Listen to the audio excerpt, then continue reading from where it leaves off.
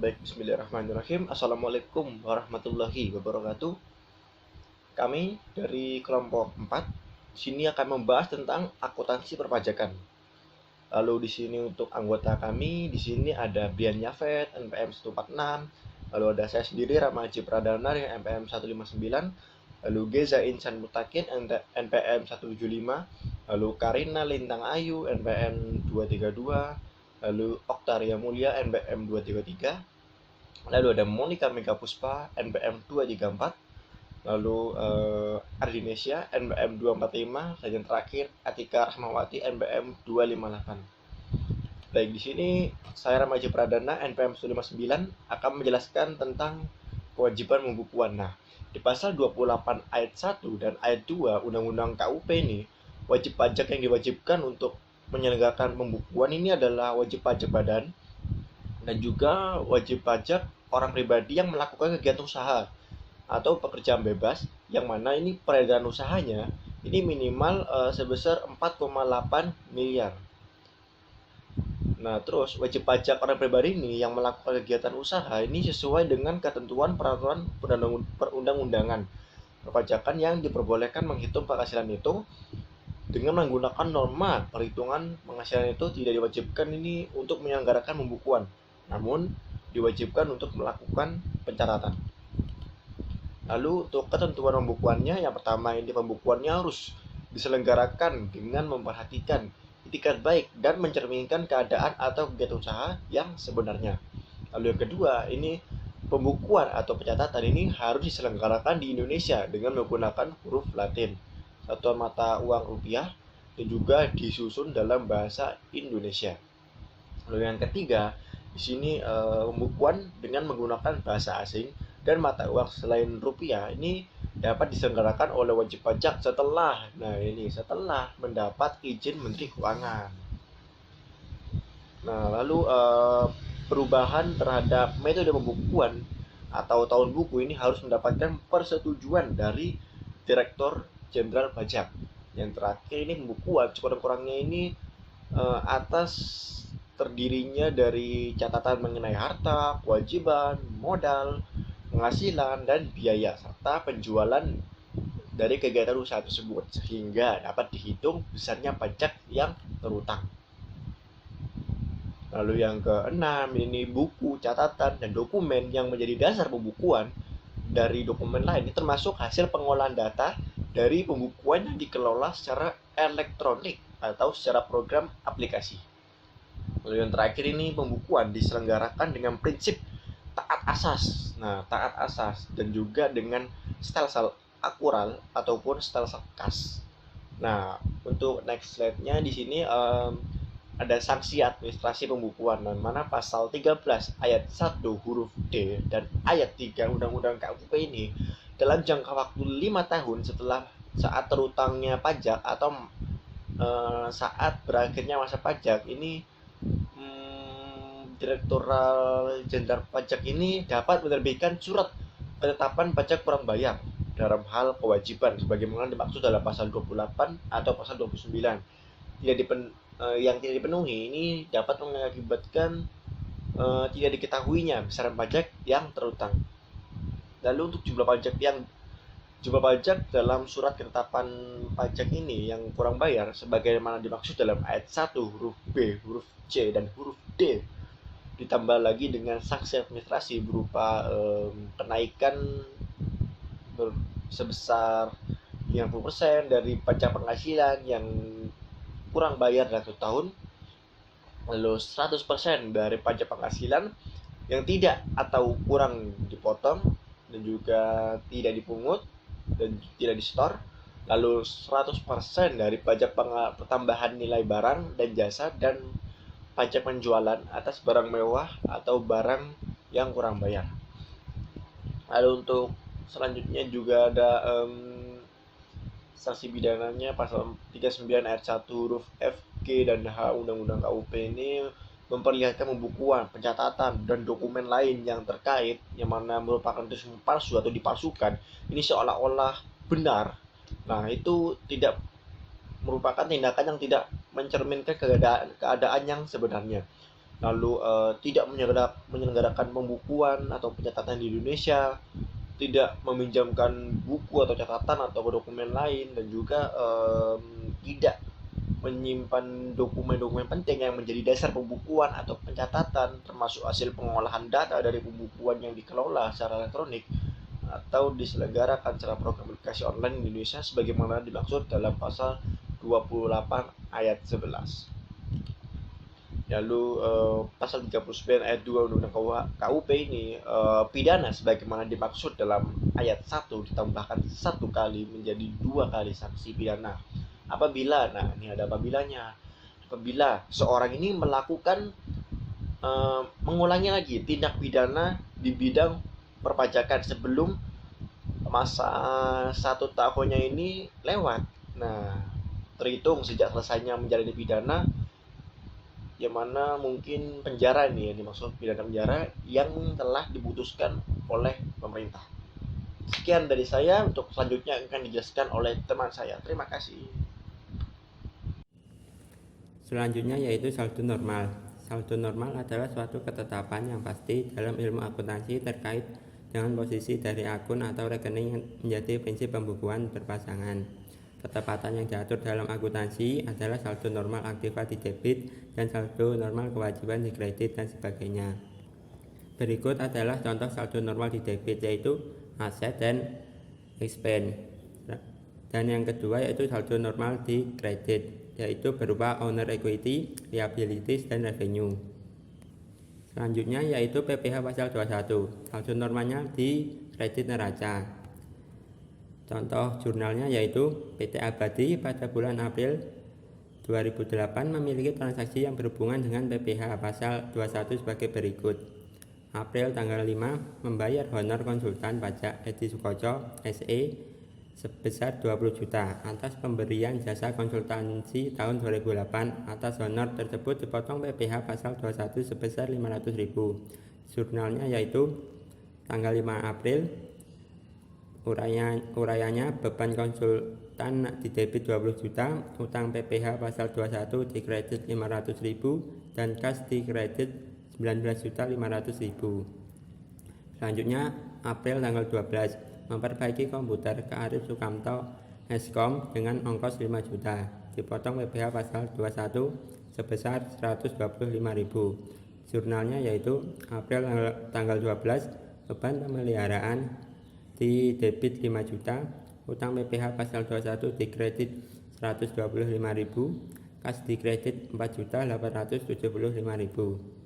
Selanjutnya yaitu Mei tanggal 10 menyetor PPh pasal 21 ke kas negara dan menyampaikan SPT PPh masa PPh pasal 21. Jurnalnya yaitu Mei tanggal 10 utang PPh pasal 21 di debit 4.085.000. Kas di kredit sebesar 4.085.000. Selanjutnya yaitu PPh pasal 22. PPh pasal 22 saldo normal di debit neraca. Berikut adalah contohnya. CV Sahabat bukan PKP adalah sebuah perusahaan di bidang perdagangan aneka macam kertas. Pada bulan Mei 2008, CV Sahabat melakukan transaksi yang terkait dengan PPh pasal 22 sebagai berikut. Mei tanggal 5 yaitu menjual kertas kepada pemerintah daerah Kota Palembang senilai 50 juta. Harga pokok penjualan atas barang yang dijual tersebut adalah 35 juta. Mei tanggal 7 menerima pembayaran dari bendahara pemerintah daerah Kota Palembang dan dipungut PPh pasal 22 sebesar 1,5%. Maka jurnalnya yaitu Mei tanggal 5 piutang usaha Pemda Palembang di debit 50 juta, penjualan di kredit 50 juta. Harga pokok penjualan di debit 35 juta, persediaan barang dagang di debit di kredit 35 juta. Selanjutnya Mei tanggal 7. Kas di debit 49 juta 250.000, PPh pasal 22 dibayar di muka, di debit 750.000, piutang usaha Pemda Palembang di kredit 50 juta. PPh pasal 22-nya yaitu 1,5% kali 50 juta sama dengan 750.000. Selanjutnya akan disampaikan oleh teman saya. Baik, selanjutnya PPA pasal 22 pada posisi kredit neraca. Contoh kasus dari PPA pasal 22 kredit neraca yaitu transaksi terkait PPA pasal 22 yang dilakukan oleh PT Kertas Leces selama bulan Mei 2008 adalah pada tanggal 6 Mei menjual kertas secara kredit kepada firma Shima Trading seharga 50 juta. Harga pokok 35 juta, memungut PPh pasal 22 sebesar 0,1%.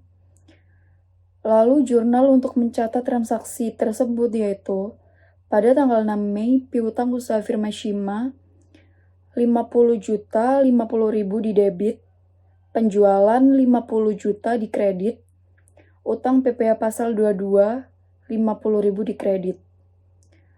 Perhitungan PPh pasal 22 didapat dari 0,1% dikali 50 juta sehingga diperoleh 50.000 untuk utang PPh pasal 22. Harga pokok penjualan 35 juta di debit, persediaan barang dagang 35 juta di kredit. Pada tanggal 15 Mei, menjual kertas secara kredit kepada CV Sahabat seharga 100 juta. Harga pokok 75 juta dan memungut PPh pasal 22 sebesar 0,1%. Pada tanggal 20 Mei menerima pembayaran dari CV Sahabat.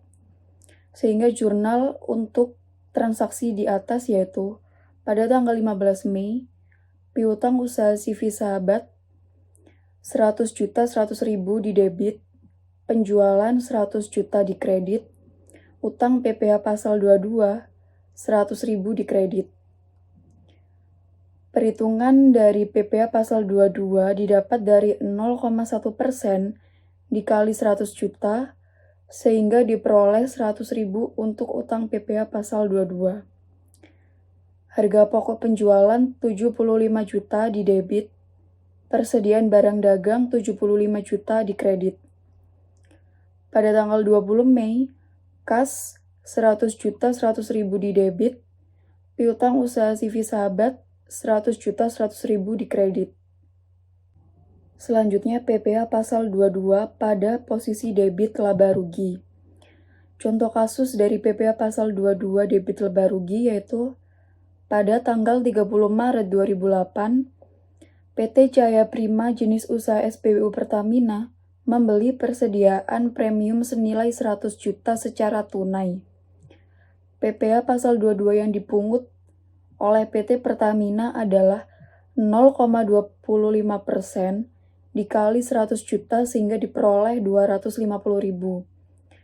Jurnal untuk mencatat transaksi tersebut yaitu pada tanggal 30 Maret, persediaan barang dagang 100 juta di debit, beban PPh pasal 22 final 250.000 di debit, kas 100 juta 250.000 di kredit. Selanjutnya PPh pasal 23 pada posisi debit neraca. Contoh kasus dari PPh pasal 23 debit neraca yaitu firma Maju Berjaya memiliki bidang usaha pemberian jasa konsultan. Transaksi yang terkait dengan penghasilan yang merupakan objek pemotongan PPh pasal 23 selama bulan Mei 2008 adalah sebagai berikut.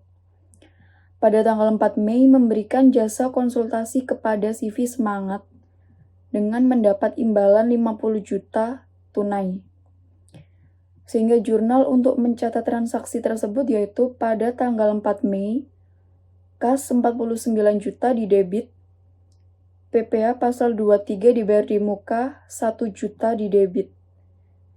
Perhitungan dari PPh pasal 23 tersebut didapat dari 2% dikali 50 juta sehingga diperoleh 1 juta untuk PPh pasal 23 dibayar di muka. Pendapatan jasa konsultasi 50 juta di kredit. Selanjutnya akan dijelaskan oleh teman saya. Selanjutnya PPh pasal 23, jenis akun PPh pasal 23, saldo neraca, kredit neraca. Berikut adalah contoh dari soal PPh pasal 23. Firma Maju Berjaya bukan PKP memiliki bidang usaha pemberian jasa konsultan manajemen. Transaksi yang terkait dengan biaya yang merupakan objek pemotongan PPh Pasal 23 selama bulan Mei 2008 sebagai berikut. Tanggal 8 Mei, menyewa mobil BO Express untuk 5 hari dengan sewa sebesar 2 juta dibayar tunai. Tanggal 10 Juni, menyetor utang PPh Pasal 23 ke kas negara. Jurnal untuk mencatat transaksi di atas adalah sebagai berikut. Tanggal 8 Mei, beban sewa mobil masuk ke debit sebesar 2 juta, utang PPh Pasal 23 masuk ke kredit sebesar 40.000, kas masuk ke kredit sebesar 1.960. PPh Pasal 23 sama dengan 2% kali 2 juta sama dengan 40.000. Tanggal 10 Juni, utang PPh Pasal 23 masuk ke debit sebesar 40.000 dan kas masuk ke kredit sebesar 40.000. Selanjutnya, PPh Pasal 24 adalah pajak yang terutang di luar negeri yang dapat dikreditkan dari PPh terutang dalam suatu tahun pajak. Tidak semua pajak yang terutang di luar negeri bisa dikreditkan. Besarnya PPh Pasal 24 maksimal dihitung untuk setiap negara dengan formula penghasilan neto negara A per penghasilan kena pajak kali PPh terutang. Berikut adalah contoh dari soal PPh Pasal 24. PT Anugrah merupakan perusahaan dagang yang memiliki cabang di Vietnam dan Malaysia. Ringkasan penghasilan neto untuk tahun pajak 2008 adalah sebagai berikut. Yang pertama, penghasilan neto dalam negeri sebesar 8 miliar dan tidak ada pajak terutang di LN. Penghasilan neto cabang di Vietnam sebesar 500 juta dan pajak terutang di LN sebesar 150 juta. Penghasilan neto cabang Malaysia sebesar 1.500.000 juta dan pajak terutang di LN sebesar 300 juta. Jumlah penghasilan neto yaitu 10 miliar dan pajak terutang di LN sebesar 450 juta. PPh terutang PT Anugrah tahun pajak 2008 adalah 25% kali 10 miliar sama dengan 250 miliar. Batas maksimal PPh Pasal 24 di negara Vietnam adalah 500 juta dibagi 10 miliar dikali 250 miliar sama dengan 125 juta. Sedangkan di negara Malaysia adalah 1.500.000 juta dibagi 10 miliar dikali 250 miliar sama dengan 375 juta. PPh Pasal 24, besarnya PPh Pasal 24 di negara Vietnam sebesar 125 juta, pajak yang terutang di Vietnam sebesar 150 juta, melebihi batas maksimal 125 juta, sehingga yang dapat dikreditkan sebesar 125 juta. Sedangkan di negara Malaysia sebesar 300 juta, pajak yang terutang di Malaysia sebesar 300 juta, lebih rendah daripada batas maksimal 375 juta, sehingga pajak yang dapat dikreditkan sebesar 300 juta. Misal PT Anugrah membayar angsuran pajak luar negeri setiap bulan sebesar 25 juta, sehingga jumlah pajak yang dibayar sendiri adalah 300 juta. Jumlah yang dicatat oleh PT Anugrah jika digunakan standar akuntansi etap atau etintas tanpa akuntabilitas publik adalah sebagai berikut. Januari, PPh LN dibayar di muka sebesar 25 juta masuk ke debit dan kas sebesar 25 juta masuk ke kredit. Desember, PPh LN dibayar di muka sebesar 25 juta masuk ke debit dan kas sebesar 25 juta masuk ke kredit. 31 Desember, beban pajak penghasilan sebesar 450 juta masuk ke debit. PPh LN dibayar di muka sebesar 300 juta masuk ke kredit dan utang PPh LN sebesar 150 juta masuk ke kredit. Tanggal 31 Desember, PPh Pasal 24 sebesar 425 juta masuk ke debit dan beban pajak penghasilan sebesar 425 juta masuk ke kredit. PPh Pasal 25, ikhtisar saldo normal akun pajak PPh Pasal 25 yaitu debit neraca. Selanjutnya, sebagai contoh PPh Pasal 25, pembukuan PTA menggunakan tahun kalender informasi untuk tahun pajak 2019 sebagai berikut.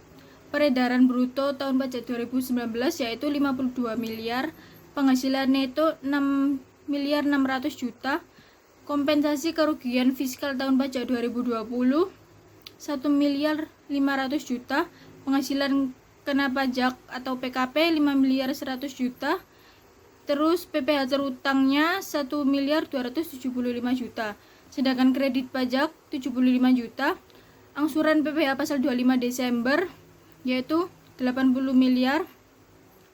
Selanjutnya tanggal penyampaian SPT 28 Maret 2020, tidak ada penghasilan tidak teratur pada tahun pajak 2019.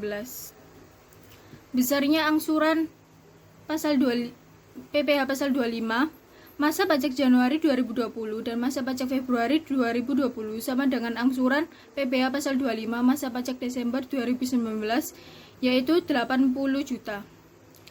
Masa pajak Maret 2020 dihitung menggunakan tarif sebesar 25% dengan perhitungan sebagai berikut.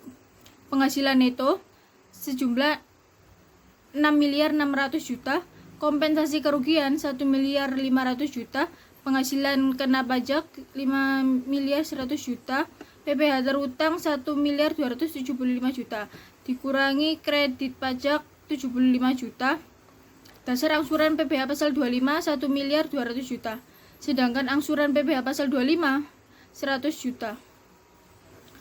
Selanjutnya yaitu masa pajak April 2020 sampai dengan Desember 2020 dihitung menggunakan tarif sebesar 22% dengan perhitungan sebagai berikut. Penghasilan neto 6 miliar 600 juta, kompensasi kerugian 1 miliar 500 juta, penghasilan kena pajak 5 miliar 100 juta, PPh terutangnya 1 miliar 122 juta, dikurangi kredit pajak 75 juta. Dasar angsuran PPh pasal 25 yaitu 1 miliar 47 juta. Angsuran PPh pasal 25-nya 87 juta 250 ribu. Contoh lain dari PPh pasal 25, pada tanggal 10 Juni 2020, PTA membayar angsuran PPh pasal 25 bulan Mei sebesar 87 juta 250 ribu. Jurnal yang dicatat adalah pada tanggal Juni 10, PPh pasal 25 di muka berada di debit yaitu 87 juta 250 ribu, sedangkan kas berada di kredit 87 juta 250. Selanjutnya ada PPh pasal 26, ikhtisar saldo normal akun labanya berada di PPh pasal 25 berada di kredit neraca. Selanjutnya PPh pasal 26, transaksi yang dilakukan oleh PT Anugrah yang terkait dengan PPh pasal 26 untuk bulan Mei 2018 adalah sebagai berikut. Tanggal 7 Mei melakukan konsultasi dengan Mr. John Walker, seorang ahli teknik listrik penduduk negara X dengan honorarium 3.000. Kurs dengan tengah BI 1 sama dengan 11.000 dan kurs Menteri Keuangan 1 sama dengan 1.200. Pada tanggal 10 Mei membayar honorarium kepada Mr. John Walker, kurs tengah BI 1 sama dengan 11.000 dengan kurs Menteri Keuangan 1 sama dengan 11.200. Selanjutnya ada jurnal untuk mencatat transaksi di atas. Pada tanggal 7 Mei, beban jasa konsultasi di debit sebesar 33 juta dan utang usaha Mr. John Walker dikredit sebesar 33 juta yang didapat dari $3.000 dikali 11.000. Pada tanggal 10 Mei, utang usaha Mr. John Walker di debit sebesar 33 juta dan utang PPh pasal 26 dikredit sebesar 6.720.000 yang didapat dari 20% dikali $3.000 dikali 11.200 dan kas sebesar dikredit sebesar 26.280.000. Selanjutnya ada ikhtisar saldo normal akun pajak PPh pasal 29 yang saldo normalnya terdapat di kredit neraca. Contoh soalnya, PT Anugrah merupakan perusahaan dagang yang memiliki cabang di Vietnam dan Malaysia. Ringkasan penghasilan neto untuk tahun pajak 2008 adalah sebagai berikut. Penghasilan neto dalam negeri 8 miliar, penghasilan neto cabang Vietnam 500 juta, penghasilan neto Malaysia 1 miliar 500 juta. Jumlah penghasilan neto 10 miliar. PPh terutang tahun pajak 2008 adalah 12 miliar 500 juta dikali 25% sama dengan 2 miliar 500 juta. PPh yang sudah dipotong atau dipungut oleh pihak lain dan yang sudah dibayar sendiri adalah sebagai berikut. PPh pasal 22 sebesar 175 juta, PPh pasal 23 sebesar 250 juta, PPh pasal 24 sebesar 425 juta, PPh pasal 25 sebesar 1 miliar 600 juta, sehingga totalnya 2 miliar 450 juta. PPh kurang bayar pada akhir tahun pajak adalah 2 miliar 500 juta dikurangi 2 miliar 450 juta, sehingga hasilnya 50 juta. Selanjutnya, misalnya PPh kurang bayar tersebut dibayar ke kas negara pada tanggal 15 April 2009. Jurnal yang dicatat oleh PT Anugrah jika digunakan standar akuntansi keuangan ETAP adalah sebagai berikut. Pada tanggal 31 Desember, beban pajak penghasilan didebat sebesar 2 miliar 500 juta. PPh pasal 22 dibayar di muka di kredit sebesar 175 juta, PPh pasal 23 dibayar di muka di kredit sebesar 250 juta, PPh pasal 24 di kredit sebesar 425 juta, PPh pasal 25 dibayar di muka di kredit sebesar 1 miliar 600 juta, dan utang PPh pasal 29 di kredit sebesar 50 juta. Pada tanggal 15 April, utang PPh pasal 29 didebat sebesar 50 juta dan kas di kredit sebesar 50 juta. Selanjutnya ada pajak restoran yang saldo normalnya terdapat di kredit neraca. Nah, ini ada contoh bil pembayaran dan jurnal untuk mencatat transaksinya adalah sebagai berikut. Kas didebat sebesar 218.500, pendapatan di kredit sebesar 190.000, hutang PB1 di kredit sebesar 19.000, dan deposit service charge-nya di kredit sebesar 9.500. Pada saat membagikan service charge-nya, jurnalnya itu adalah deposit service charge di debat, utang PPh pasal 21 di kredit, dan kas di kredit. Sekian presentasi dari saya dan selanjutnya akan dilanjutkan oleh teman saya. Sekarang saya akan menjelaskan penjurnalan pajak BPN. PT Amarta Pengusaha Kena Pajak merupakan perusahaan perdagangan transaksi yang dilakukan selama bulan Juni 2018 pakai berikut. Juni pada tanggal 3 menjual persediaan barang dagangan BKP secara kredit CV Marga seharga 150 juta. Harga pokok persediaan adalah 120 juta. Jurnalnya yaitu tanggal Juni tanggal 3, debit piutang usaha CV Marga sebesar 165 juta, lalu di kredit ada penjualan 150 juta, lalu PPN pajak keluaran sebesar 15 juta. Lalu ada lagi debit harga pokok penjualan sebesar 120 juta, di kredit persediaan barang dagang. Lalu ada juga PPN yang berada di debit pajak masukan. Pada tanggal Juni 5 membeli persediaan barang dagangan BKP secara kredit dari PT Astina PKP seharga 60 juta. Lalu bunyi jurnalnya ialah tanggal 5 Juni debit persediaan barang dagang sebesar 60 juta, PPN pajak masukan di debit sebesar 6 juta, lalu kredit utang usaha PT Astina sebesar 66 juta. Lalu PPN di debit pajak keluaran. Contohnya menerima retur atas penjualan barang dagangan kepada CV Marga seharga 50 juta. Harga pokok persediaan tersebut adalah 40 juta. Bunyi jurnalnya ialah debit retur penjualan sebesar 50 juta, PPN pajak keluaran sebesar 5 juta, piutang usaha di kredit sebesar 55 juta. Lalu penghitungan jurnal persediaan barang dagang di debit 40 juta, harga pokok penjualan sebesar 40 juta di kredit. Lalu selanjutnya ada PPN di kredit pajak masukan. Contoh soalnya membayar utang dagang kepada PT Astina atas pembelian tanggal 5 Juni dan mendapatkan cash diskon sebesar 2%. Ayat jurnalnya itu yaitu utang usaha PT Astina di debit sebesar 66 juta. Lalu kreditnya ialah diskon pembelian sebesar 1.200.000, PPN pajak masukan 120, kas 64680.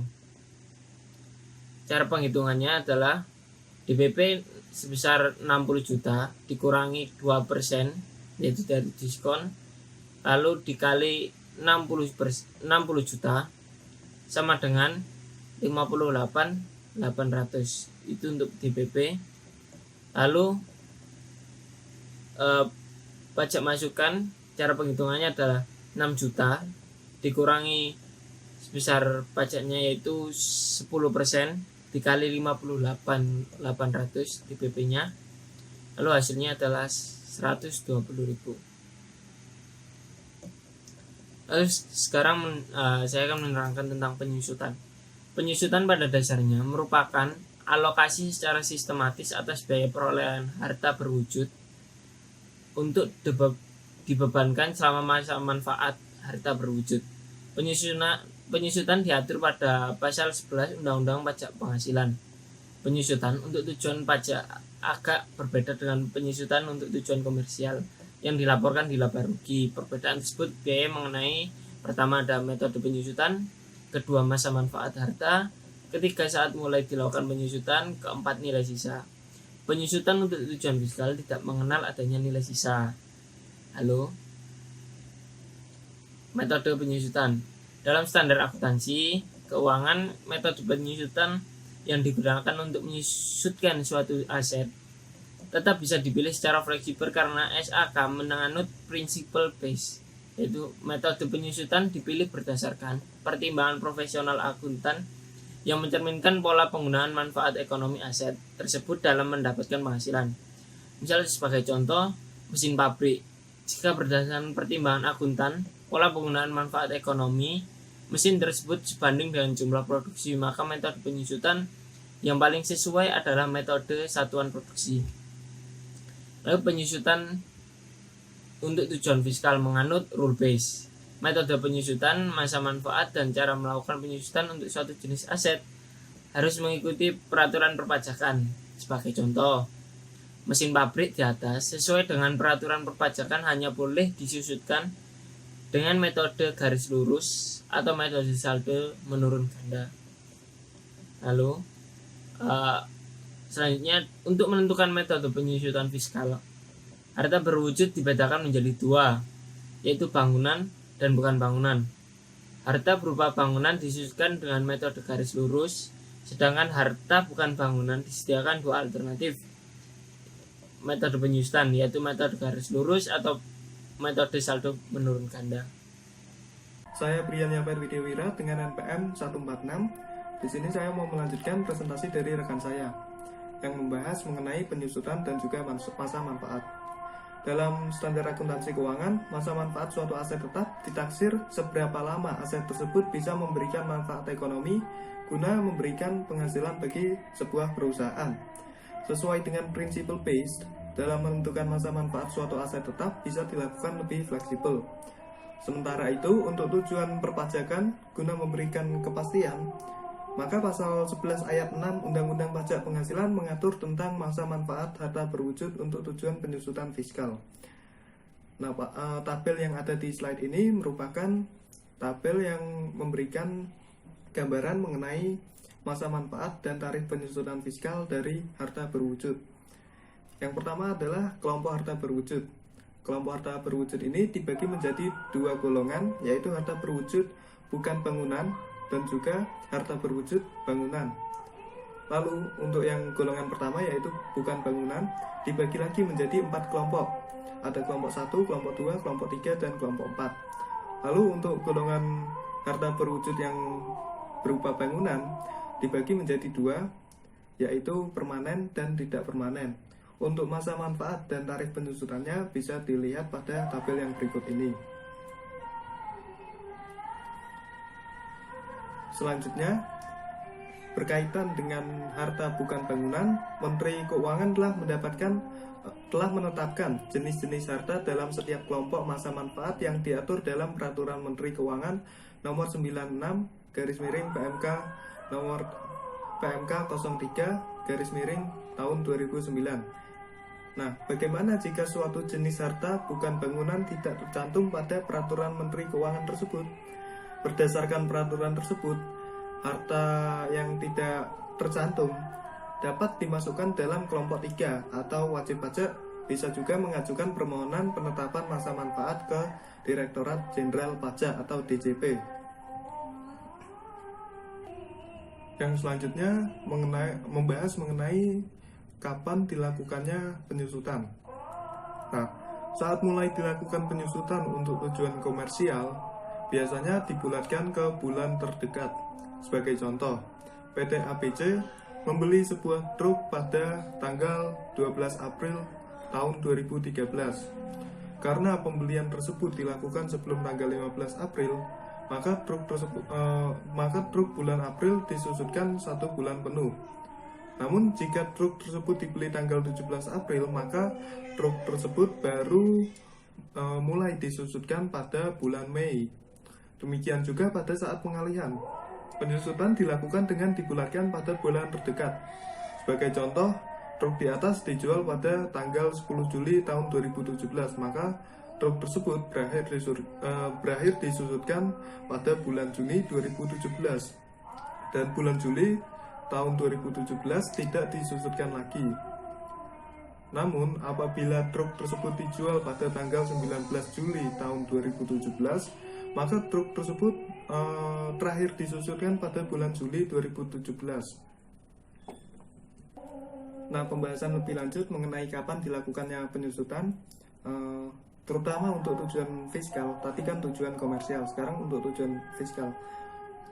Nah, untuk kapan dilakukan penyusutannya itu bisa berbeda antara tujuan komersial dan juga tujuan fiskal. Penyusutan fiskal biasanya mulai disusutkan pada bulan aset tetap tersebut diperoleh, sedangkan pada bulan pengalihan tidak disusutkan.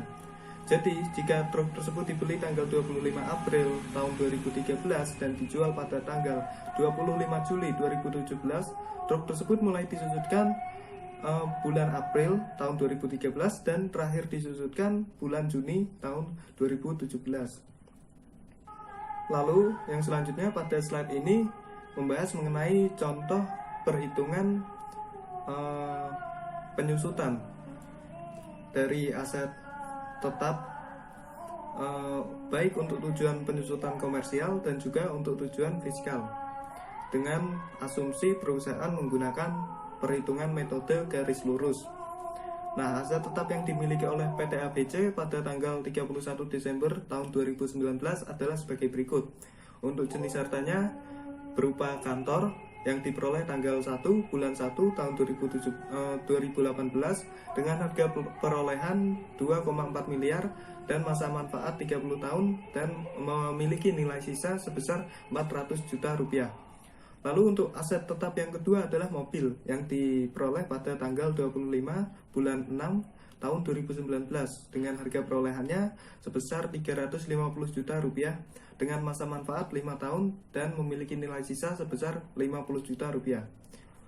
Lalu untuk perhitungan penyusutan komersial tahun pajak tahun 2019 adalah sebagai berikut. Untuk kantor dihitung dengan cara harga perolehan dikurangi dengan nilai sisa lalu dibagi dengan masa manfaat. Jadi kurang lebih 2,4 miliar tadi dikurangi dengan 400 juta lalu dibagi 30 tahun. Hasilnya kurang lebih sekitar 66.666.667 rupiah. Lalu untuk aset tetap mobil, perhitungan penyusutannya adalah sebagai berikut. 6 bulan dibagi 12 bulan dikali 350 juta dikurangi 50 juta dan dibagi 5 tahun. Nah, 6 bulan dibagi 12 bulan ini untuk menghitung penyusutan selama setengah tahun. Soalnya dibeli pada tanggal 25 bulan ke-6 tahun 2019, maka hanya disusutkan setengah tahun. Otomatis dibagi 6 bulan dibagi 12 bulan. Lalu untuk 350 juta dan dikurangi 50 juta ini merupakan harga perolehannya lalu dikurangi dengan nilai sisa, kurang lebih seperti itu. Dan perhitungan dari penyusutan tersebut, penyusutan aset tetap mobil, hasilnya adalah sekitar 30 juta rupiah. Nah, jadi jumlah penyusutan komersial nanti akan ditambahkan antara aset tetap kantor dan juga aset tetap mobil. Jumlah penyusutannya adalah sebesar 96.666.667 rupiah.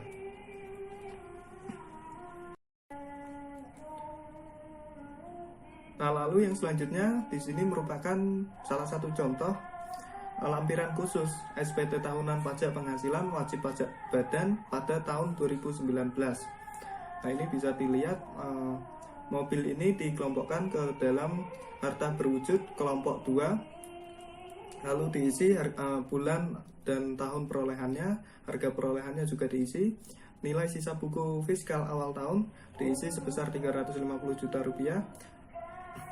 Lalu penyusutan atau amortisasi fiskal tahun ini juga diisi. Lalu untuk yang kantor dikelompokkan di sini sebagai kelompok bangunan yang diasumsikan merupakan aset permanen perusahaan. Nah, lalu caranya sama kayak tadi, bulan tahun perolehan diisi, harga perolehan juga diisi, nilai sisa buku fiskal awal tahun juga diisi, dan penyusutan atau amortisasi fiskal tahun ini juga diisi. Sekian presentasi dari kelompok 4, kurang lebihnya mohon maaf apabila ada salah-salah kata. Sekian dan terima kasih.